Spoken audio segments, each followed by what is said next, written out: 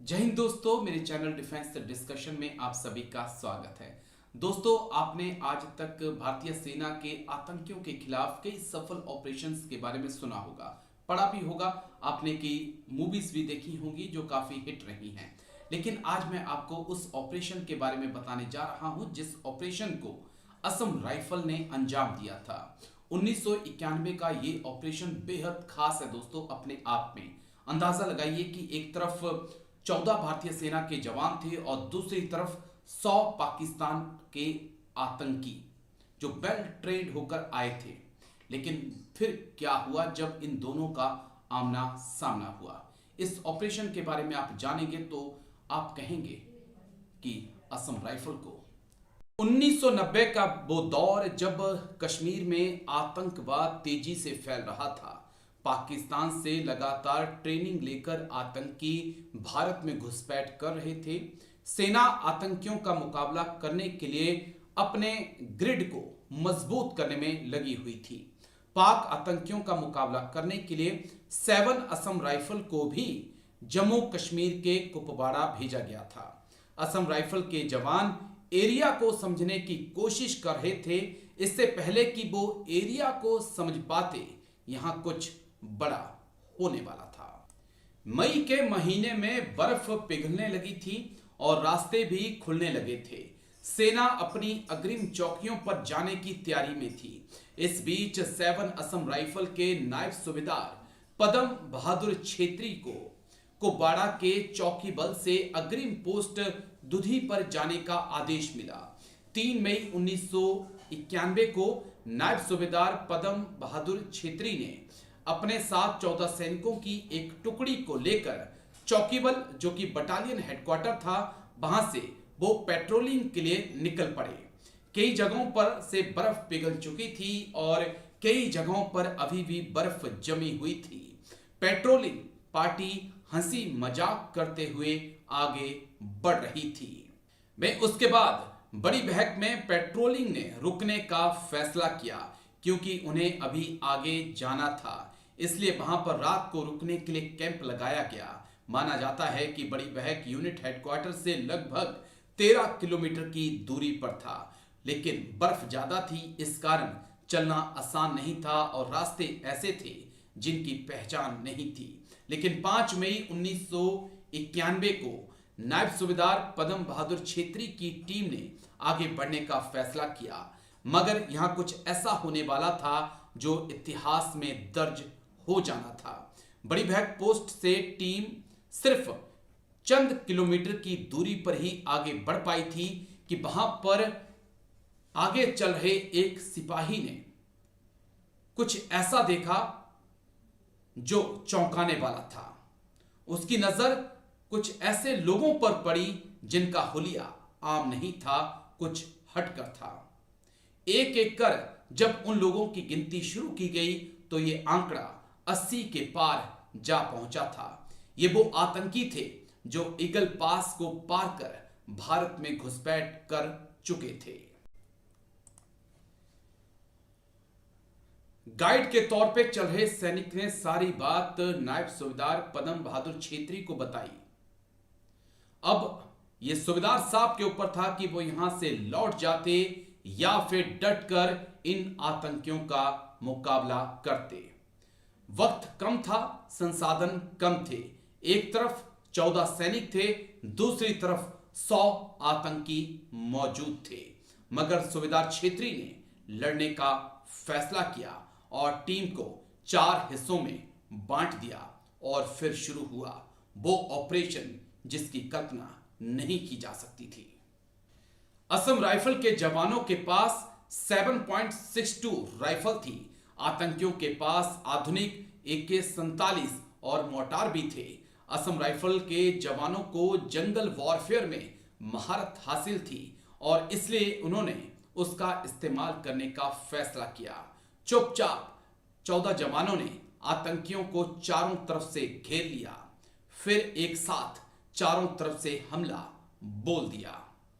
इससे पहले कि पाक आतंकी कुछ समझ पाते कि क्या हो रहा है, क्योंकि असम राइफल के जवान जगह जगह बदल बदल कर गोली चला रहे थे।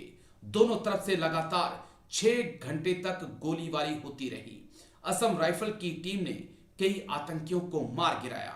साथ ही में बटालियन हेडक्वार्टर को भी सूचित कर दिया गया, जहां से 3 टीम धुधी के लिए रवाना की जा चुकी थी, जिनमें 2 टीम मेजर रैंक के अधिकारियों के साथ भेजी गई थी, जिसमें 35 सोल्जर थे और एक टीम सूबेदार साहब के साथ भेजी गई थी। उसके बाद तो ऐसा लगा कि धुधी जंग का मैदान बन चुका है। दोनों तरफ से जोरदार फायरिंग जारी थी। पाकिस्तान के आतंकी मारे जा रहे थे। देखते देखते पाकिस्तान के 72 से ज्यादा आतंकी मारे जा चुके थे। 13 को जिंदा पकड़ लिया गया। तो हमने देखा, नीचे देखा तो नीचे आदमी सरदार लोग आए जैसा दिखाई दिया। तो हमने फिर मैसेज से पूछा कि बटलन को पूछा कि यहाँ कोई सिखलाई का उतार नहीं आया है, यहाँ ऐसे ऐसे आदमी दिखा रहे, जब बुलाओगे यहाँ नहीं है, कोई नहीं है, वो उग्रवादी बोल। तो इतना बोलते ही उन लोगों ने वो तो नीचे से हमारे ऊपर फायर किया। तो हम लोग भी फिर मैंने बताया जवानों को कि अब इस आड़ पकड़ो। तो अपना मैंने आड़ पकड़ा और उनके ऊपर फायर किया। तो फायर किया तो ढलान था और नाले की जेब में अपनी साइड में वो छुप गया, दिखाई नहीं दिया रहा है। अब किसी को फायर करेंगे। उसके बाद फिर हमने मोटर को फायर किया। मोटर जब फायर किया तो उसके बाद उनका तितर बितर हो गया। तो उसके बाद हम लोगों ने फिर उनके ऊपर फायर किया। ये फायर करते वक्त फिर एक उस साइड से एक लड़के को, ये राम कुमार आर्या को सिर में गोली लग गया, जिसके कारण वो मर गया उधर। और उस खबर को हमने हेडक्वार्टर में खबर दिया, साहब उस घटना में एक जवान मर गया है। तो पलटन से वो खबर आया कि हम यहाँ से आदमी आ रहा है, आप बच कर के काम करते रहना। उस टाइम पे मौसम ख़राब था, पूरा बर्फ़ पड़ रहा था। तो वो करने के बाद फिर हम लोग जो 14 आदमी गया था तो कम 7 आदमी जैसे ही हो गया।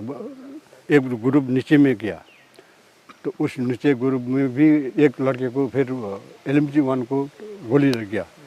तो टोटल 2 आदमी मर गया उधर। वो हेडक्वार्टर को बताया। तो लगभग 1-1.5-2 बजे तक वहाँ से हमारे मदद के लिए बड़ी वेग में पार्टी पहुँच गया। वहाँ एक निगम साहब के साथ पार्टी आ गया। तो वहाँ से उन लोगों ने एक्सटेंडेड लाइन में सर्च करते हुए जो मिल गया तो फायर भी करेगा, मारेगा, ऐसा करते हुए उसी दिन 5 मई 91 के ही शाम को लगभग 5 साढ़े 5 ऐसे होगा। वो देखकर तो बैठा तो नहीं था टाइम दे करके, ऐसे ही अंदाज बोल रहा हूँ मैं।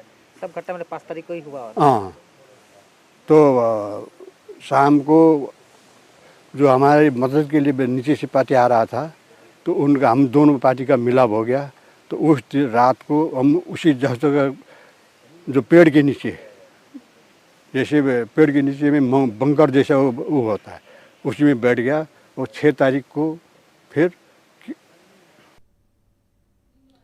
उत्तराखंड के सेना मेडल राइफलमैन राम कुमार आर्या और बिहार के शौर्य चक्र राइफलमैन कामेश्वर प्रसाद ने ऑपरेशन दूधी के दौरान सर्वोच्च बलिदान दिया और बल की सर्वोच्च परंपराओं को कायम रखा।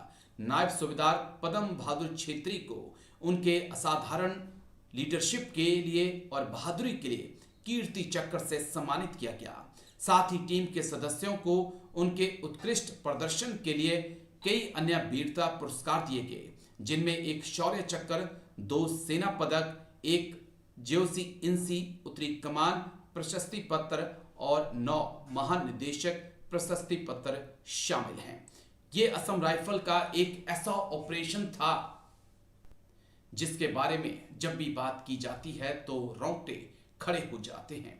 आप खुद अंदाजा लगा सकते हैं कि एक तरफ 14 सैनिक और दूसरी तरफ 100 आतंकी, और फिर उन 14 सैनिक ने 72 आतंकियों को मौत के घाट उतार दिया गया।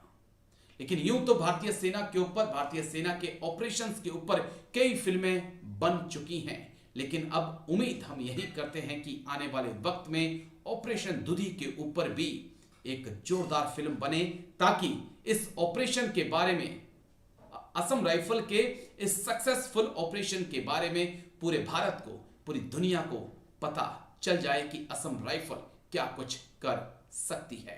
आपको वीडियो कैसा लगा कमेंट करके जरूर बताइएगा। अच्छा लगे तो लाइक शेयर सब्सक्राइब भी जरूर करिएगा। Thank you. जय हिंद।